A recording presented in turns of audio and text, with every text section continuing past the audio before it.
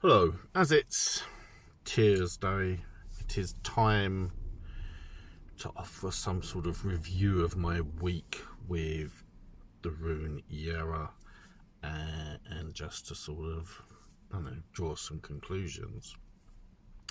One of the things I want to note, as it's just a little thing for me to look into, is of all the runes, this is a rune in particular that has another rune inside it. Obviously, if you break down what's almost a yin yang symbol, obviously Jera has Kenaz directly drawn on it. And interestingly, there isn't sort of a reverse rune of that, sort of a mirrored Kenaz, if you like. There isn't. Just an observation, whether that's a thing or not. I haven't really dwelt on that. Maybe I'll do that tonight, and then I'll have to make additional comments tomorrow. That just seems something that bears noting.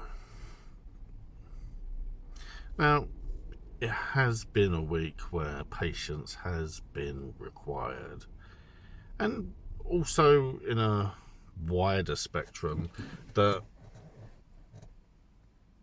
it's good to have a time of taking a few deep breaths and to know that there's still a long way to go. There's still many runes to be drawn from the bag, and there's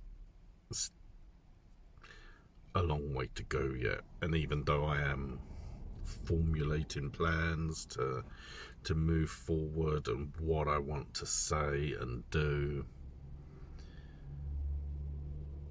while it's good to lay some foundations, it's also wise to sort of hold off or to sort of be patient and to wait, because there are some things that may still happen that dramatically alter what I think at the moment, in the same way that what I am now experiencing is considerably different to how I viewed the runes a year ago. I'm becoming intimate with the runes, and I am forming strong opinions of them that in some ways I know differ to perhaps a lot of other people, including people that may be considered experts, written experts, people that have written books about the runes. It was interesting watching a video last week about someone in Norse paganism who has been asked to write a book about the runes, and them saying that they turned this down because how it appeared to them was a lot of work within a very rigid frame of essentially not really exploring the runes. It's more about rehashing what's already in print, with essentially, as I took from this video, a flash new cover and a more on point author in modern social media, putting an introduction and maybe some conclusion notes on the video rather than writing about them start to finish in a way that would not be so mainstream, I guess.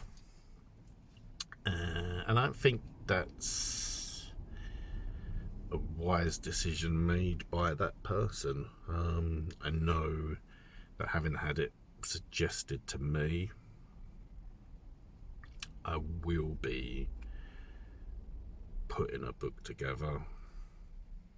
It's why I've kind of started dating these videos, so that when it comes to putting said book together, I can have those references just to chart my journey. So it's not just these videos, but there'll be some extra bits in there.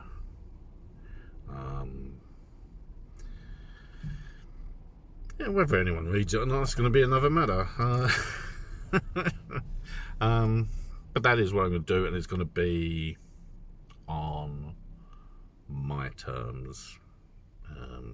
It's not like I haven't self-published a book before, and it is something that requires patience, planning, sowing seeds, and it takes dedication. So I think, really, to get back onto point, Jera has been a welcome companion for this week, and obviously I'll look forward to whatever new rune I draw tomorrow. But there are still some unanswered questions, theories, things to explore, and they're the things that really intrigue me, especially with the runes, that we should not just be bound by what experts have written or people have written, and take that as the sole meaning for the runes. They're much more than that. There's something you have to tap into, you have to explore. I guess really as well, I mean, people are always sort of saying Norse paganism is the religion with homework. Runes require contact. They require development and understanding. It isn't just enough. I mean, it's just a simple layer to have a bag of runes and to throw them on the floor and know what they are. Really, since it's sort of, you have those verses in the Havamal where Odin is saying all these different things about, do you know how to paint them? Do you know how to do this? Do you know how to do that? It's like a lot of things I feel with Asatru, the Asir, there are multiple levels to them, and I often feel quite frustrated. Not frustrated. It's a lot of people seem to view these things from just one perspective. And I feel that we have to understand that there is a lot more layers to them than probably our mortal brains can truly comprehend, and we have to be prepared to have multiple perceptions of the gods and of the world, of the powers.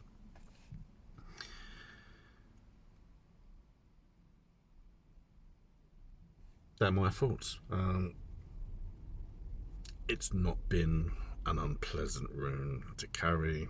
There have been a couple of tense moments, shall we say, but family issues, but fortunately with patience, the boy has got through it.